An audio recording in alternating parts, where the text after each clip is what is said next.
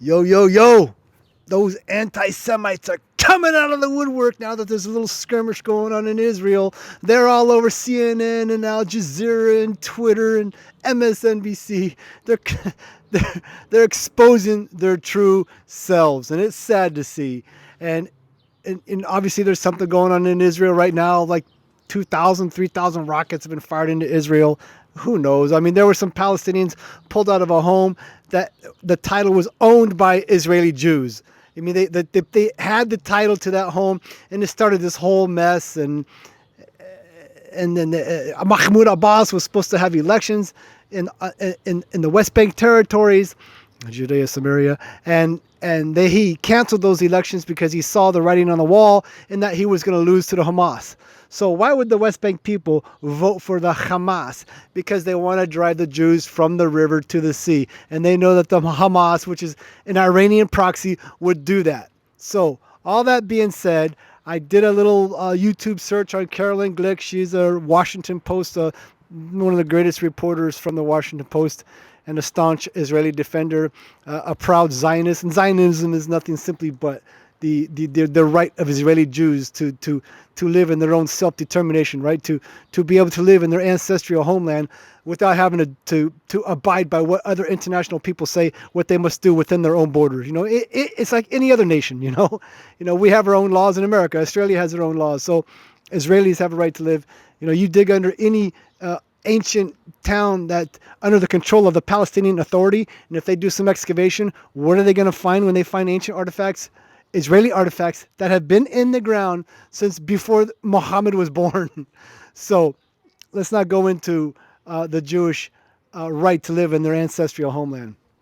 So Carolyn Glick had this back and forth with this Danish ambassador, this Danish weenie. He said that Israel should be proud that we want to discriminate against them, and that not only should we hold them to a higher standard, we should hold them to a double standard. I mean, it's total John Kerry mumble jumble nonsense.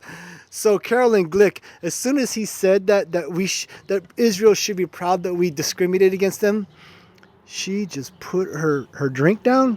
You can hear it clink on the table, and then she gave this epic response, and and then at the end of the response, she just dropped her mic. It was just, classic mic drop. So I'm going to start off with showing the clip of this Danish ambassador. I don't know if I'm going to show the whole clip or just edit a few of his highlighted comments that I want you to hear. And then we're going to play Carolyn Glick's epic smackdown at the end. Hope you enjoy it. I must say, there is the allegation that Europe is applying double standards, discriminating. There was the issue of the proportionality and the civilian casualties in the Gaza conflict. Let me make this point. I think Israel should insist that we discriminate you, that we apply double standards. This is because you are one of us. We are not looking to Israel, and sometimes the response on the part of some Israeli interlocutors is, look what's going on in Syria, look what's going on elsewhere. Those are not the standards that you are being judged by. It's not the standards that Israel would want to be judged by. So I think you have the right to insist that we apply double standards and put you to the same standards as all the rest of the countries in the European context. So I think that this patronizing attitude towards us, that we should be happy that you have a separate standard for Israel, is really, I'm sorry, is a statement of contempt for our intelligence. I consider it to be an obsession. I consider Europe's keen interest in the Middle East, specifically Israel, to be an obsession, and it's an obsession that Jews have seen from Europeans from the time of Jesus, and we know what it is. That's one thing. The other thing here is, we have this whole common culture. I mean, really? We respect international law. You guys make it up.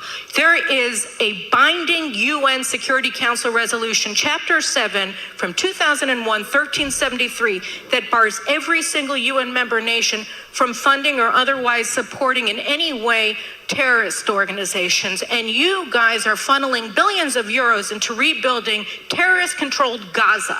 All right? This is in contravention of binding international law that you signed on to.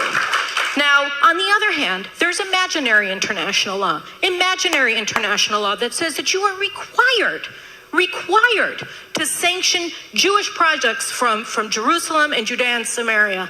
There is no such binding law. You guys are funding settlements in Western Sahara. You're funding them.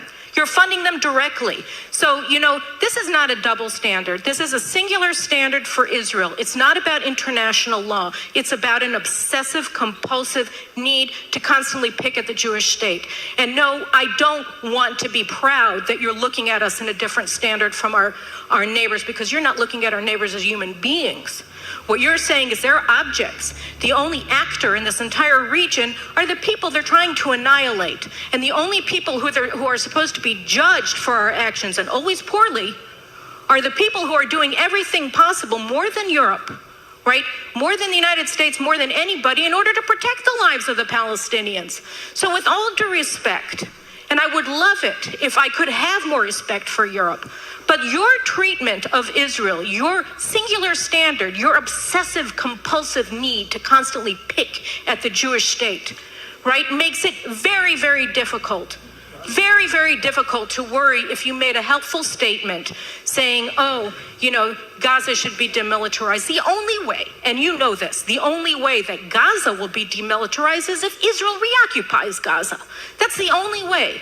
The only military organization here that is not a terrorist organization and is not a terrorist supporting organization is the IDF. And for that, we are calumnied, we are condemned, we are investigated, we are put on trial every single day. Our soldiers are condemned by you. Our soldiers come in and are being called murderers for protecting our families. And I'm sorry, it's very hard for me to feel any respect for this kind of behavior. I think your point is clear. I'd like to give the European ambassadors a chance to respond to that. Ambassador Var, Ambassador. Well, that's a kind of hard act to follow.